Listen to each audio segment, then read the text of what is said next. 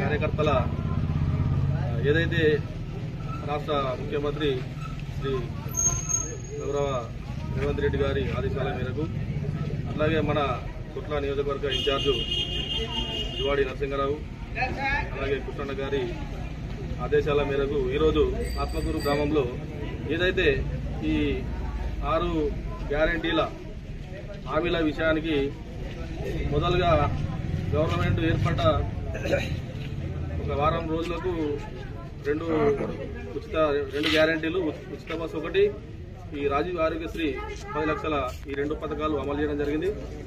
అందులో భాగంగానే ఈరోజు ఈ 27వ తారీఖు నాడు చేవెళ్ళ అక్కడ జరగాల్సిన సభలో ఈ 2 గ్యారెంటీలు ఏదైతే 200 యూనిట్లు ఫ్రీ కరెంటు, ఇంకోటి కుటుంబానికి 500 రూపాయలకు సిలిండరు, గ్యాస్ సిలిండరు, ఈ 2 పథకాలు ఈరోజు అమలు చేయడం జరిగింది. ఈ సోనియా గాంధీ ఈ కాంగ్రెస్ పార్టీ తప్పకుండా మాట తప్పదు, మడమ తిప్పదు అన్న లెక్కల ఈరోజు అవన్నీ ఇంకా ఈ 2 గ్యారెంటీ కూడా రానున్న రోజుల్లో అమలవుతాయి. అందుకే ఈరోజు ఆ కార్యక్రమంలో భాగంగా మన రేవంత్ రెడ్డి గారికి, సోనియా గారికి, ఈ జువాడి బ్రదర్ గారికి అందరికీ ఈరోజు ఆత్మకూరు కాంగ్రెస్ పార్టీ తరఫున పాలాభిషేకం జరిగింది. Thank you. జై కాంగ్రెస్, జై కాంగ్రెస్, జై కాంగ్రెస్.